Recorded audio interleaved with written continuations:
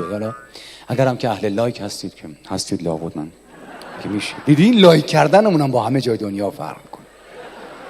دختره رفته تو دهاتشون لای 2 تا بوته خار یه عکس گرفته معمولی چرت کله رو اینقدر چرخونده انگار از بسل و نخاش میخواست عکس بگیره.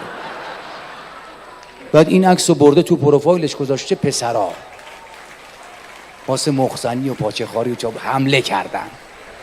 48,000 لایک 18,000 کامنت همینجوری زیرش نوشتن ویری نایس ویری گود عروسک ملوسک پدسک. چه خبره؟